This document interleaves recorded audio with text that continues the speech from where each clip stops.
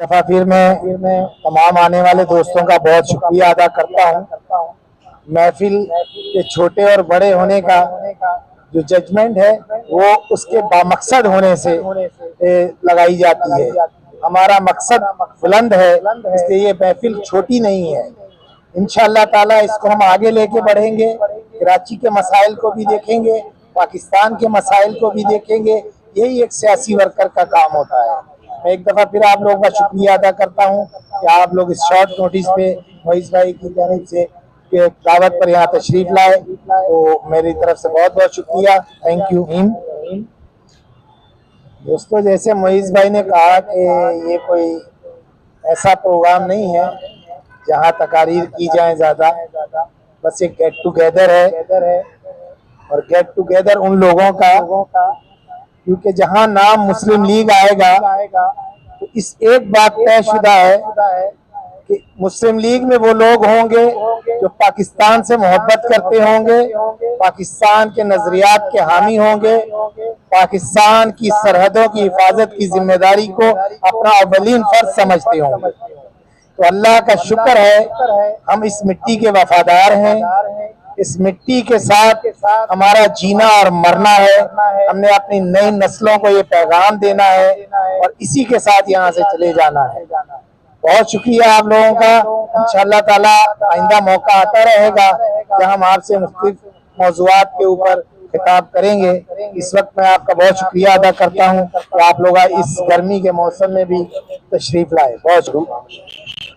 ये एक अच्छी काविश है कि कोई एक सियासी तकरीब मुनाकिद हो रही है मुस्लिम लीग के नाम से। कायद-ए-आज़म के बाद मुस्लिम लीग हमेशा इक़्तिदार के ऐवानों में पलती रही, पनपती रही और ढलती रही। आप मुस्लिम लीग को अवामी जमात बनाने की कोशिश करें, खुसूसन अपने अकाबरीन, अपने लीडरों को एहसास दिलाए कि मुस्लिम लीग में कोई वर्कर नाम की भी चीज होती है, लीडर ही नहीं होते। तो उन लीडरों को आप अपनी अहमियत का, अपनी मौजूदगी का एहसास दिलाएं।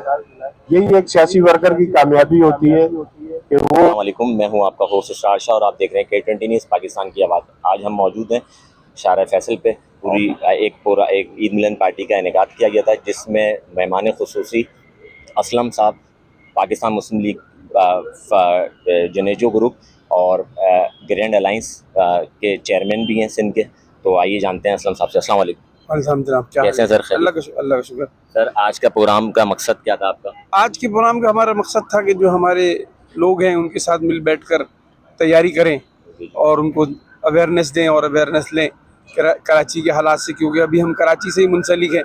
तो कराची की बात करते हैं, कराची के लोगों के लिए गुफ्तगू करते हैं, चाहे हम किसी भी प्लेटफार्म से हों।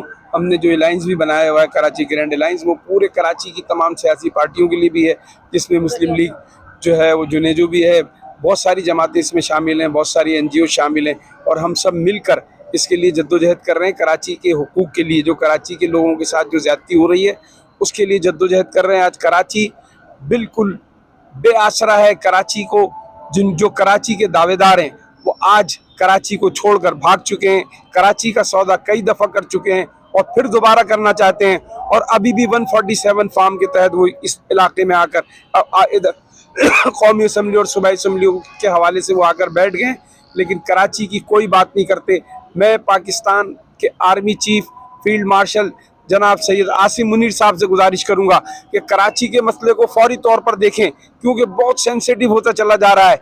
यहाँ पर एक बहुत हालात ख़राब होते चले जा रहे हैं। कराची की हालत आप देख लें, कराची का नौजवान बिल्कुल बेआसरा है, फ्रस्ट्रेट हो रहा है।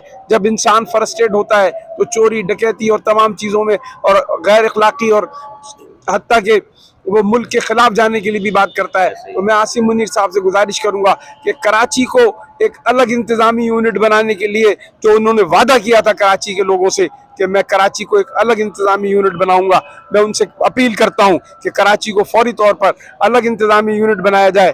और मैं अपनी कराची के तमाम लोगों से गुजारिश करूँगा कि वो लोग जो कराची से हमदर्दी रखते हैं, वो उन तमाम लोगों को जिनको आजमा चुके उनको भूल कर, चाहे वो किसी भी पार्टी से हो, कराची ग्रैंड अलायंस ने इब्तिदा कर दी है और कराची ग्रैंड अलायंस कैंटोनमेंट से इलेक्शन लड़ने जा रही है। मैं अपने तमाम दोस्तों से गुजारिश करूंगा कि वो कैंटोनमेंट के इलेक्शन में हमें सपोर्ट करें, वोट दें, हर तरीके से सपोर्ट करें, हमें माली सपोर्ट भी करें, हमें अखलाकी सपोर्ट भी करें, हमें हर तरह की सपोर्ट चाहिए ताकि हम कराची के लोगों की आवाज़ को ऊपर बुलंद कर सके।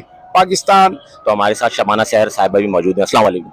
वालेकुम अस्सलाम। कैसी हैं? ठीक है, अल्हम्दुलिल्लाह। आपने देखा यहाँ पे आके तो हौसला अफजाई हुई, तो हमने कहा आपसे गुफ्तगू की जाए। एक कराची का इंफ्रास्ट्रक्चर जो बिगड़ गया है, इसके क्या हल है इसका?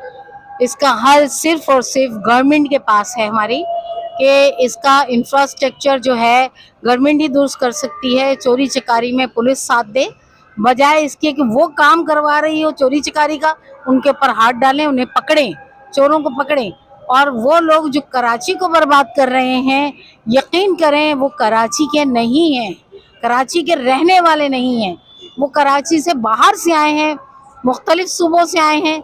सूबे आप सबको पता है कि कौन कौन से हैं। तो खुदारा कराची को कुछ बेहतर, पहले वाला कराची जो शायद हमने बचपन में देखा, हमें याद नहीं, लेकिन है वही कराची को अगर उस तरह बना दें, खास तौर पे रोड्स हमारे शराय फैसल सिर्फ उन लोगों के लिए बना दिया गया है सही, जो जब यहाँ से बाहर के लोग गुजरते हैं, उसके बाद वो स्टेडियम से बाहर चले जाए, कुछ भी नहीं, सारा टूटा फूटा। यूनिवर्सिटी हम जा नहीं सकते, वहाँ इतना बुरा हाल है यूनिवर्सिटी का। खुदारा मैं गवर्नमेंट से हाथ जोड़कर अपील करती हूँ, अपने तमाम अहकामे बाला से, कि हमारे स्टूडेंट्स जो बर्बाद हो रहे हैं, जिनकी पढ़ाइयाँ खत्म हो रही हैं, इंटीरियर सिंध में तो पेपर हो रहे हैं, लेकिन यहाँ पेपर देने वालों के हाल बुरे हैं। वो जब वहाँ जाते हैं तो क्या हाल होता है, और जब वो घर की तरफ वापस आते हैं तो वो बिल्कुल खत्म हुए हुए होते हैं। तो हमारी कराची यूनिवर्सिटियों को बनाएं, स्कूल और दूसरे कॉलेजेस को ही देखें उनको कि यहाँ क्या हो रहा है। तो मैं मीडिया से भी दरख्वास्त करूंगी कि इसको आगे बढ़ाएं जितना हो सके। कराची के मसाइल को जब तक हमारा मीडिया आगे नहीं बढ़ाएगा, कुछ भी नहीं होगा। ये थी हमारे साथ शबाना सहर साहिबा। आपने इनकी भी गुफ्तगू सुनी। आज का ईद मिलन पार्टी में आने का मकसद ये था कि इनके मौजू को, इनके मौक़िफ़ को हुकूमत पाकिस्तान और आवाम के आगे रख दिया जाए।